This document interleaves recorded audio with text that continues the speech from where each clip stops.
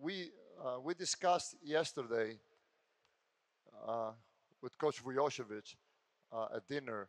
The topic that I was assigned is to talk about how we use our small center.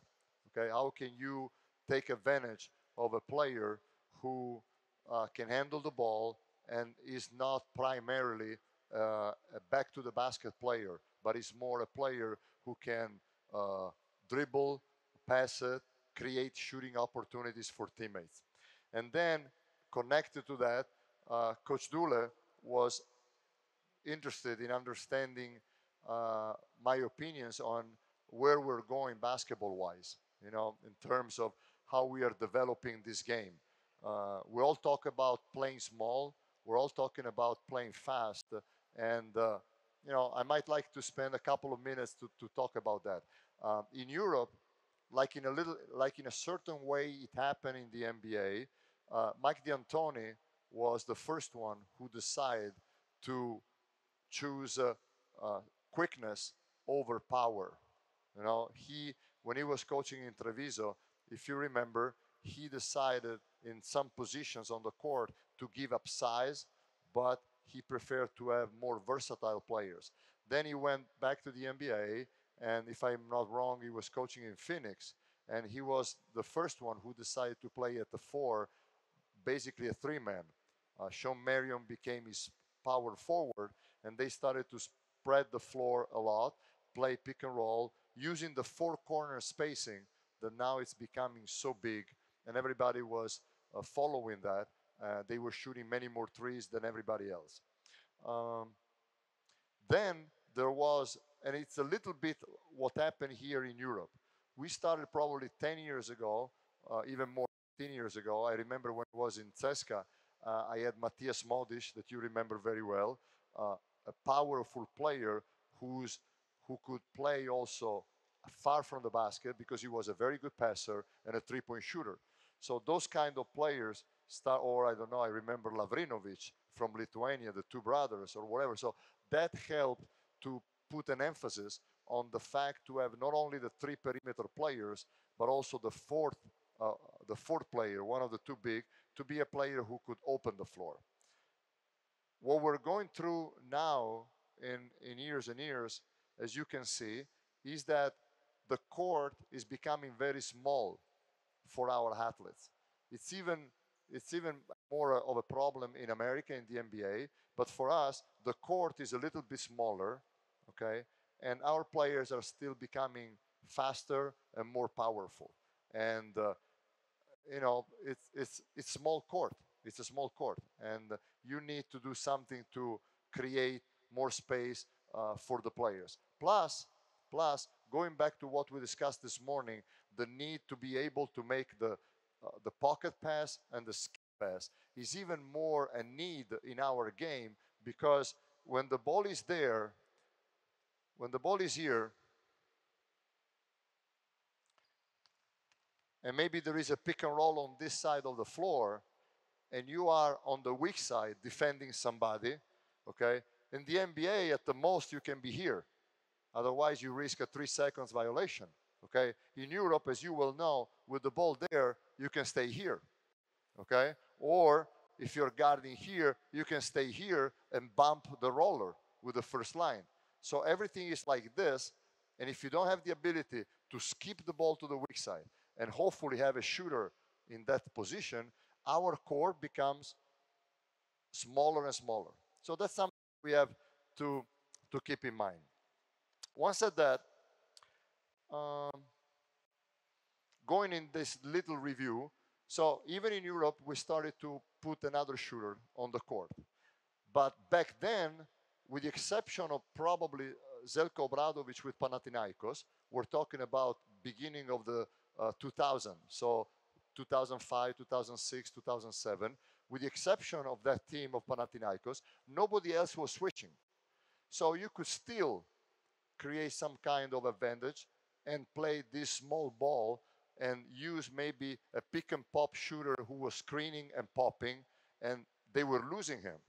Then, time 5 years, everybody was switching. So now, what are we getting? We're getting just one very simple thing. that you run a ball screen with a ball handler and a pick and pop big, they switch. So now you have 5 players creating a wall around the 3-point line, and most of the times 4, if not 5 players behind the 3-point line. Okay? So everybody's thinking, yes, I have the shooters, but I don't create opportunities because they switch and they keep body on body. One body on one body. Okay? They do not need to commit 2 people on the ball and free for 1 second the shooter and create the advantage and start the drive and kick. So what I'm saying is that we needed to review the strategy of using, let's say, these small ball teams or pick and pop players, and we need to have players who are capable to understand that against the switch, either you slip and you don't give time to the defense to adjust. So can I have somebody here? Can I have 2 players with a blue shirt and 1 player with a white shirt? Come on, give me a guard here. Come on, a guard here. Okay, you guard me. A blue. Hey.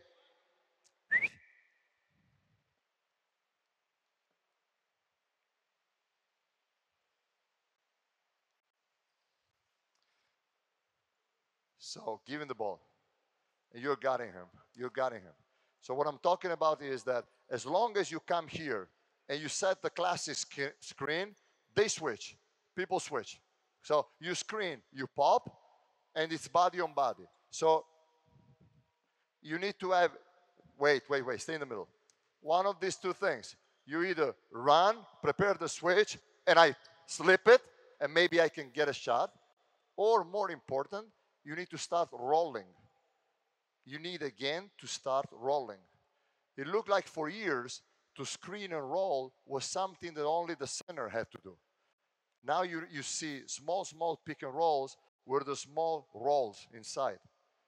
Or 1-4 or 2-4 pick and roll when the 4 rolls. And then eventually, if he doesn't get it, he ends up in the corner to space the floor again.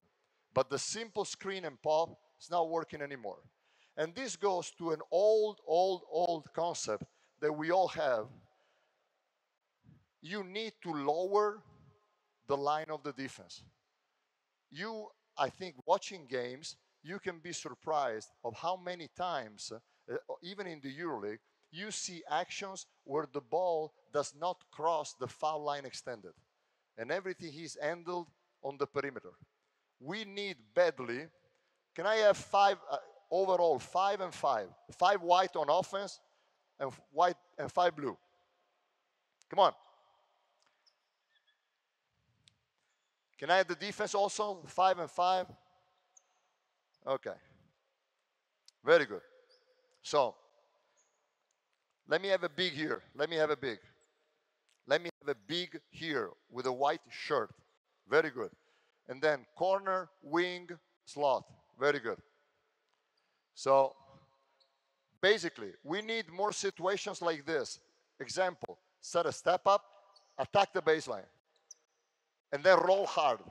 Roll. We need more to have the ball here. So that line of the defense, come here. That line of the defense is coming down because if you don't come down, he gets the ball. So he comes down, okay, go down, and if you help, boom. And then immediately we have another player there, boom, we swing and we attack. We need to lower the line, the first line of the defense. And you can do that either bringing the ball or rolling somebody there. Or, again, give me the ball. Here. Let's say you go there on the wing. Go there. Okay, slide there. No, slide there. Okay. How many times we see people coming out of a screen for me? I come out, I catch it, and for whatever reason I can't shoot. So what we all do is either he comes or he clears and somebody comes for a pick and roll, correct? So most of the times I will do this and the ball is still here. So we need probably to go back more to even if this player is not a scoring threat there, just throw him the ball, and now on a simple split, just use him with the DHO, with the uphill. No. Create movement. So I'm here. Who was the passer? Go back here. You're the wing. Let's say you're the wing. So you receive, okay, I screen, I post, go split or cut, do whatever you want. And now here I am. Boom. And I boom, boom, and I roll. And I create more and more opportunities for the short roll. And again, everything is putting pressure on the defense to come to that level rather than stay here most of the action. We always spend time in international basketball in driving and kicking, correct? So it was a point of emphasis. Let's shoot the three after we penetrate and we kick the ball out. There is also another thing. Make sure that the defense go lower so you kick it back against the rotation, okay? And you will find something. Because again, let me do this side so it's better for you to watch. Go back there. Okay, come here. Get it to the corner. Okay. Every time the ball goes baseline, stay here, stay there. Screaming. Every time the ball goes baseline, the rotation is coming this way, correct?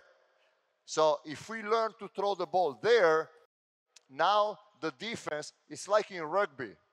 You know rugby, when they go down and then all of a sudden they get the ball and they go this way, or is pulling the ball and everybody has to come up. Same thing. Defenses are usually good at this level in rotating to the ball, but they're not very good in going back. Because see what they do, all the defenses. Go there. I'm a defender, okay? I'm a defender. Ready? Go. Go, roll. And now when the ball goes there, I usually look and then I move. Very few players and very few teams are instructed in moving on the fly of the ball. So, go. So I do this, ball is leaving, and I'm starting running up. Everybody goes, as I just said, like this. And then they move, and now they're done. Because now it's a closeout. And you can put them in rotation. So, this thing you can obtain it with rolling more the people. I think the roll is going to be more and more important in order to create situations where you don't move the defense only like this. Because think about this, when you drive, the defense shrinks side to side, correct? You want after a next pass that force the defense to open like this. You see? As long as the defense can do this, I think they are in decent shape. When they have to combine this and this, that's where the problem comes with the defense. Because you need to be very, very good in moving while the ball is in the air. I don't know if it's too complicated, but honestly, I don't think so. It's more conceptual than, you don't do drills for this. You just keep it in your mind. So you can sit for a second. So talking about the small big, I was in a certain way when we signed in Milano Kyle Hines, which is the epitome of the short big, okay? A big who can really do many things. I remember the first year he came, we were playing a game against Real Madrid. And we had a few injuries. And more important, we had to face Tavares. So I have this center who is big like this, and you all know how great Kyle is. But Tavares is 7'1", I don't know, whatever. So we were thinking. So, and like many times things happen in a strange way, we are down, I think, 15 points. And our starting point guard gets an injury and is out. And so now I have only Sergio Rodriguez, and honestly, it doesn't look very good. So my assistant coach tells me, let's use Kyle to bring the ball up. And I looked at him and I said, what are you talking about? He said, let him bring the ball up against Tavares. Let him be a point guard. So we started in the game that, like in the Cinderella stories, we eventually won, but that's not the biggest thing. We started using Kyle in situations where we thought he could create problem to bigger players. So the very first thing we did with him was on a free throw situation, we started using a very simple action that I just want to show. Can I have 5 players with a white shirt? Okay. I'm sorry, 4. I'm the 5 man. I'm the 5 man. You can sit. So, of course, Madrid, with all their guards, they were pressing us. So we managed to inbound the ball to Kyle, and Kyle was bringing the ball up. So we immediately fill the 4 corners. Fill the 4 corners. Okay.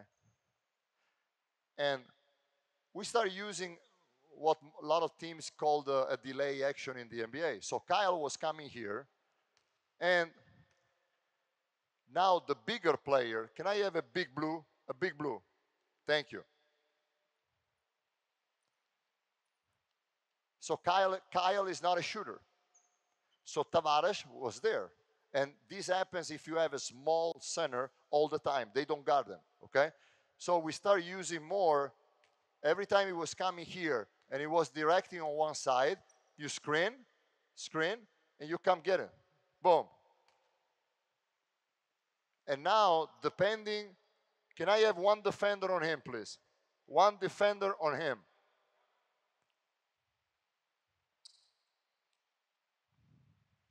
So chase him now. Sorry, go through the first time, okay?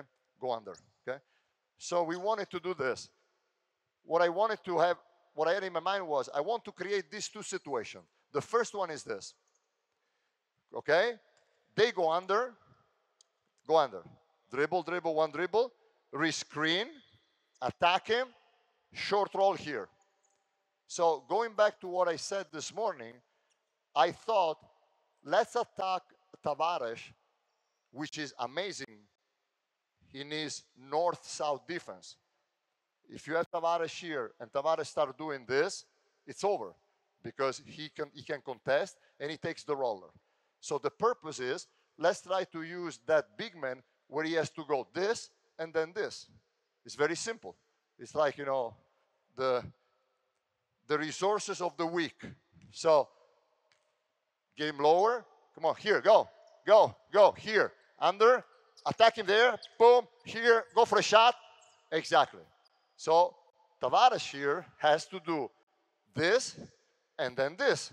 Because if he does this, at least we shoot an open shot, which is fine. Here's the little tricky thing. Let's say they go over now. Now they go over. So you have a good guard here. And of course, he needs to turn the corner, correct? So here you go there. And that's where he has to be smart. If he sees that Tavares commits there, he can still have a roll here, even against a 7-footer. But, can we have 2 defenders there? Can we have 2 defenders?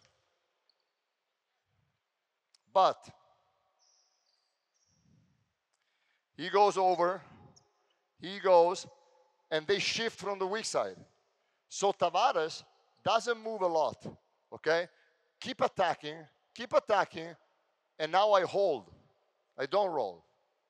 I hold behind, even if I'm not a shooter, and on the throwback, either. How do you pass the ball from there here? Either. With the right hand, correct? So let's do it, please. Come on, ready? Set up, go, chase him, here, boom, and now here I go. And I get him again, 2 against 1 on the other side. If I roll without thinking, I kill myself. I need to understand and see where my big is going. So again, who's coming up? Coming up, here. He moves, I use my corner eye. Okay, so I gotta see. He moves laterally, go attack, attack. He moves laterally, I go. He just protect the paint, I stay. My teammate can have a jump shot, pursue him. Pursue, go, go, go. Or I'm the safety, boom, and I go. So now look at the big man here. Can we start over again? Let's say you get the ball there. Okay, slowly, let's go. So focus on Tavares. I'm here, here, here. I need him to move laterally. I need to move these big people laterally. Okay? So that's what we started to do with him.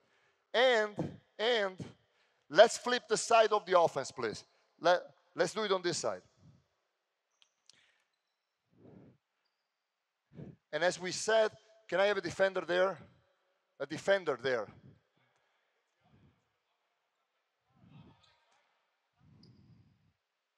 Thank you for joining us. Very good.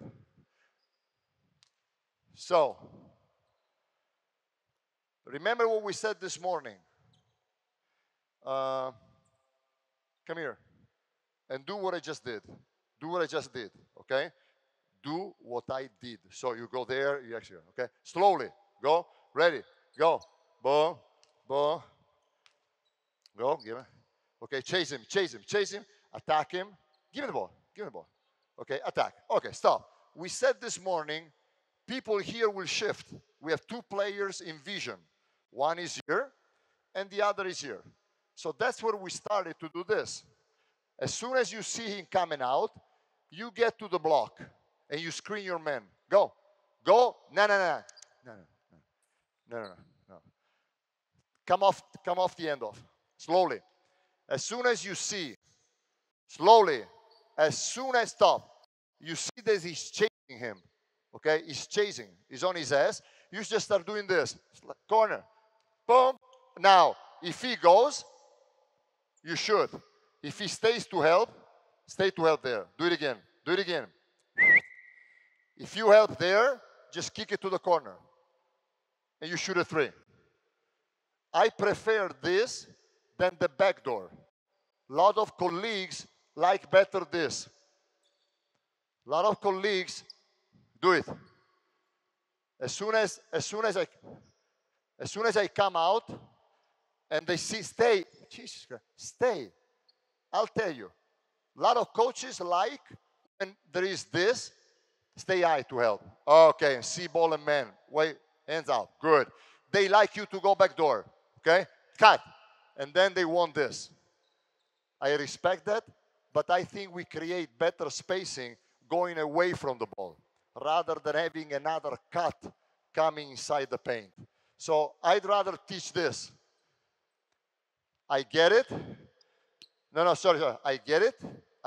And as soon as you see this, immediately, go. Boom. Okay? So this player has to decide. Either I go with my man and I open up the middle, or I still help like coach told me to do, but I lose my man there. It's clear. Now, you also see sometimes that do the same thing. You also see sometimes the defense, he's too ready to stand, and the guy just goes back door and make a layup. That's it. Sometimes you will get this when the two defenders are here trying to overhelp. Okay? So you're there. I held my man. Go make a step. Make one step. One step. That's exactly right. Okay. Okay. By the way, because we're not American football, that you have the defense and then you have the offense, okay? Or vice versa.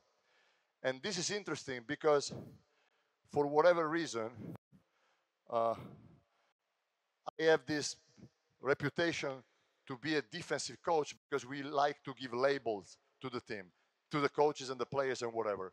And people think that we spend a lot of time teaching defense. We are exactly the opposite. if you come to watch practice, and practices in Milano, like in Moscow, like in Madrid, are always open, of course, to a certain number of people. But we focus much more on offense against a competitive defense in practice, okay?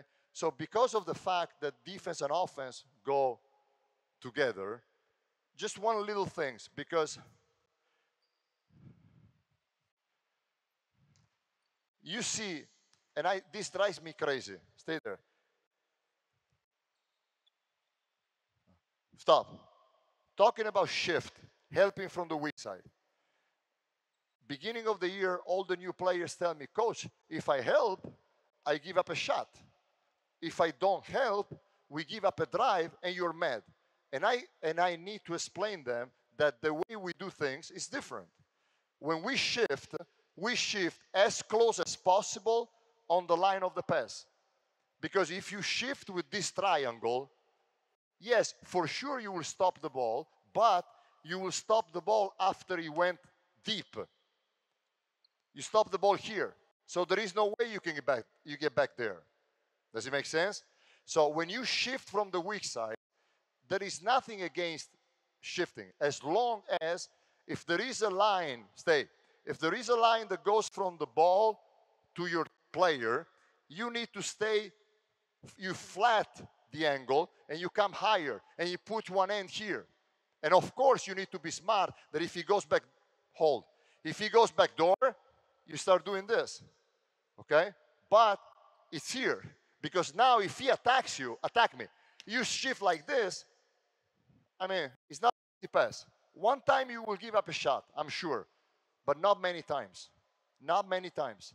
And big part of the defense is to take away the vision of a space to attack. Watch this. I learned this. Thank you to Rasho Nesterovic. You all remember Rasho, correct? So, have the ball there. 20 years ago, this is Carlton Myers, the great athlete, the scorer from Italy. And we were getting crazy because we were defending him. And we got to a point that we said to our players, regardless where he is, you stay with your nose on his right shoulder. Because if he dribbles right, it's over.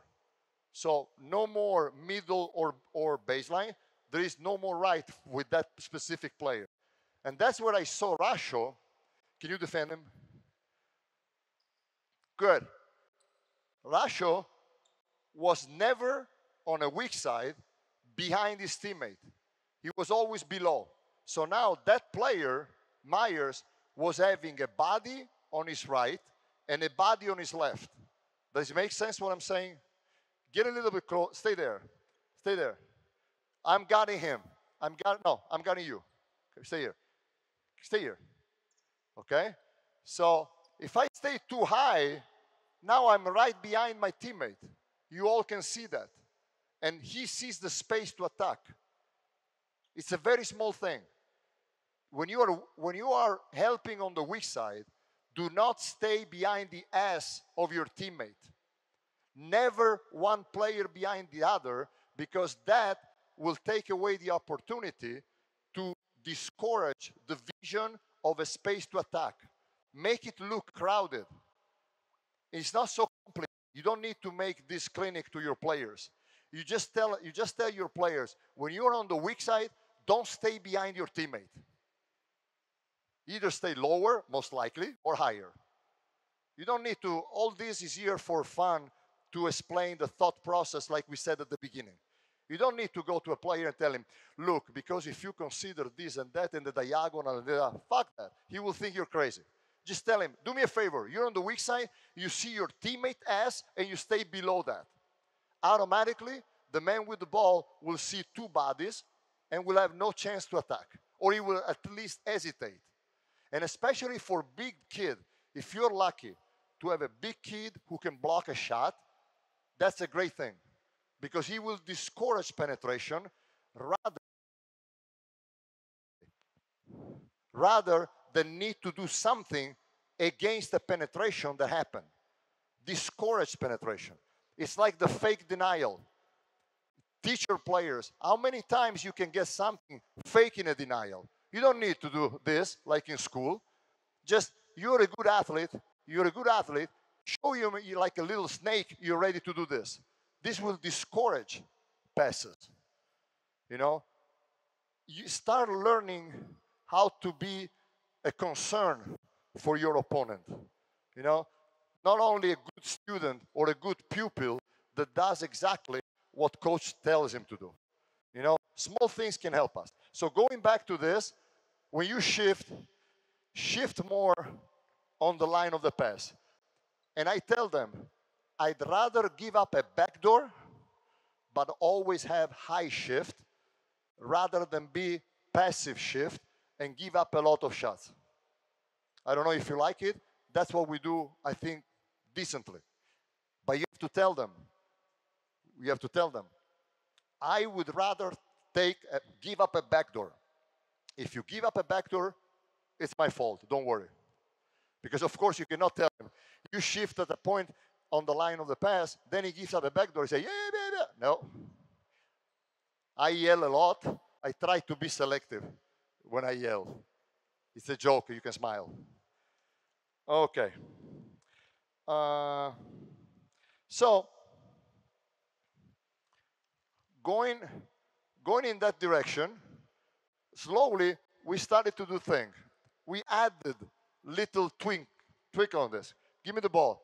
I'm Kyle Hines. I have the ball. 4 men is there. 3 men, you're there. Okay. No, I'm sorry. You go there. You go there. You go there. You got him me. Thank you. Stay on the wing. Yes. Yes.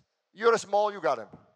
So, my players starting to like it, to see this DHO situation. And then, one day, they start doing this. Kyle was coming. You're there. You're there. Challenge me. Don't you be back. Just scream me. Scream me. Scream me. Boom. And pop for a 3. You understand what I mean? Okay? So we started to do 5-1 pick and roll. In the middle. So you fake to go there. You fake to go there. And then you come and get me. Good. Boom. And if I get the bad switch, meaning that on the switch, do it again, slowly. On the switch, the guard switch with this angle. A little bit lower. That's it. Switch with the open stance. I just attack his outside shoulder. I mean, these players are strong and big. So you attack him. They commit 2 guys on the ball. If they commit me here because they're afraid, boom, 3. Just a quick hitter. I don't like it. Woo! Come on. Boom, boom. And now most likely you got the switch. The effectiveness of this is that you don't run it 10 times, 3-4 times. So the very first time they give up a shot, so you shoot it. The second time, they might switch. And now if they switch, here you have another switch. And now you can post Kyle, you can post your small, big against a small. And once you get it, you have him, the big guy, on a shooter, on the point guard. And instinctively, when the ball comes in, he will come help, because if he does not, I finish. Boom. And you shoot again. So the funny part of this is that you try to take away from their comfort zone this big kid, okay? And all of us, we like when we draw something in a timeout and it works. We feel good. We feel like we invented something special. But going back to this is just fundamentals and very basic action. And everything is related to how you use your fundamentals in order to achieve what you want to achieve, okay? It's not that you solve the problem with a complex strategy. You try to set them up with a good use of the fundamentals.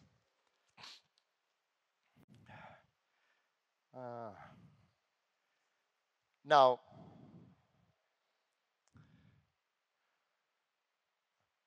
people started to, let's say, somehow, you saw three things where we can use the small big. It's funny to use the word small big. One is in the uphill DHO, where he goes high and then he short roll going to the baseline. And of course, I'm very lucky because Kyle is a great passer out of the short roll. I know that. So this is unfortunately taken for granted. Then we saw the possibility of him handling into an elbow action where you have either the wrist screen or the attack of the guard, the throwback, and the deep pick and roll, okay? Then we saw the big, small pick and roll. So you have quite some things that you can use. A last thing that we can use is, again, putting his man in a tough situation. So we have, and this of course has to be a call, otherwise it doesn't work. So you have your shooter at the elbow, and you have, let's say, whoever player is there. And if the big is there, bravo. You just throw him here, you fake to cut, and then you use the screen, boom, and go shoot. On the end of, not there, you'll probably get it there, okay? Basically, you know that the big, because he's there, he cannot switch, okay? So you use him on a quick shot, okay? Or if he's higher, because he's afraid a little bit, now you will back screen for me. You understand what I mean? You back pick. So you go there, bravo. And on the pass, I cut, and you might slip.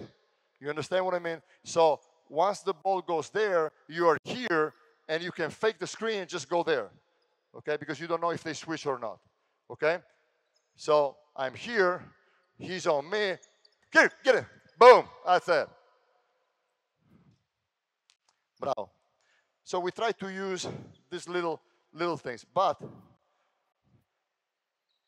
the funny part, and who has watched our games has seen that, is to use this short big in a short clock situation, full court. Like, for example, they're shooting a free throw, 6 seconds left. And everybody expects the small bringing the ball, somebody set the pick and roll, and blah, blah, blah. No, we just cross the wing, we run away, we give the ball to Kyle, and Kyle goes full speed. Either to attack the rim, or if people shrink, he kicks for a three.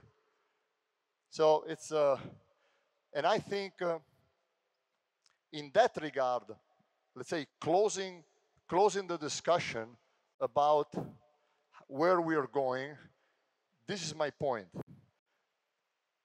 More than reward or choose quickness versus size,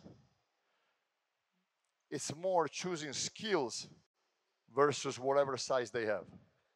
You know, you might have a player who is not that big, but he has the skills. And when I say skills, I think especially the passing. You know, the understanding. I'm a little bit, you know, I always thought that the pass is the most important fundamental. Because when you know how to pass, when to pass, who to pass to the ball, it means that you really understand the game. And after that, shooting percentage will come, everything will come. So if you have skills in that regard of a player who can do multiple things, now I give up the size or the quickness or whatever it is. It's not just small versus big, three-point shot versus less three-point shot. I think it's going a little bit deeper than that, our game. And it will, that's the direction that I feel is going. And I think it's also an exciting direction. Before we finish, I just want to thank the players because they were patient with me and with all of us. Thank you. Thank you so much.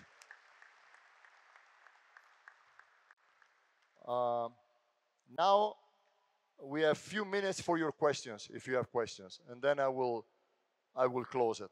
Please tell me. Tell me if you have the questions.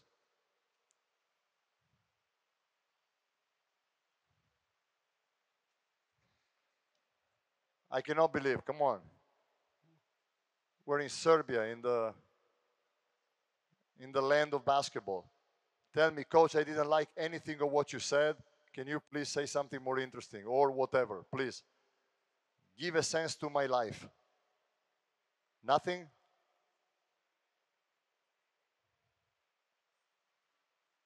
Okay, now,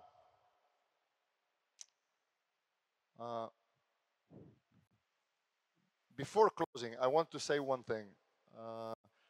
And I just want to share a memory that I always have in mind for my career. We talked before about how you use the fundamentals and how you use the techniques and how you teach the techniques, okay?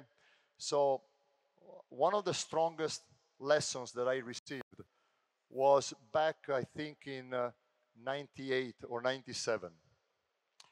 We had a huge clinic like this one in Italy, and one of the person that was invited to speak was a former player, a national team player of France, former national team of coach, former president of FIBA in Europe, Monsieur Busnel.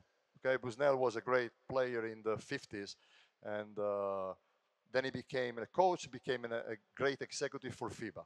Overall, a basketball mind. So he came down, he talked about whatever he wanted to talk, but the things that really hit me was something that for me as a young coach, back then I was, what was that? 39 I was.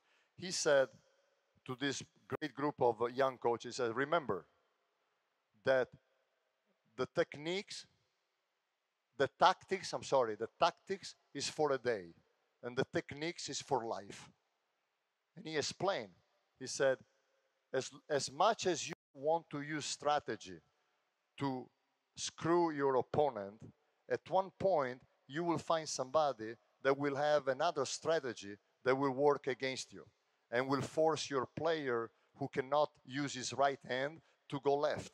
Or the player who cannot shoot, they will back off. Or they will double team the player that is not capable to pass. The only solution for you as a coach in your career is to improve the techniques, the skills, the fundamental of your player. And he said, that's the most exhausting route, but it's the only one. It's the only one.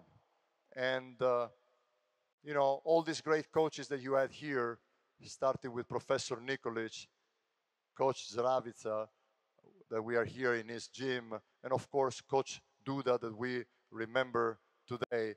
All these people, for sure, they use well the strategy. But you could see the level of the fundamentals of their team, the discipline.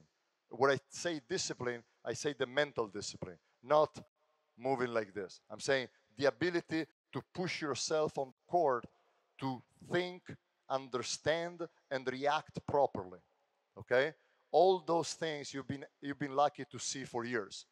And going back to what I said at the beginning, I just wanted to present myself and with the thought process that I have when I try to coach my players. I didn't want to give you any, let's say, fantastic things because I don't have it at all. I just hope that you can go back home from this morning and maybe have something that can help you a little bit in your daily work. I just want to thank you one more time and wish you the best of luck. Thank you so much. Thank you.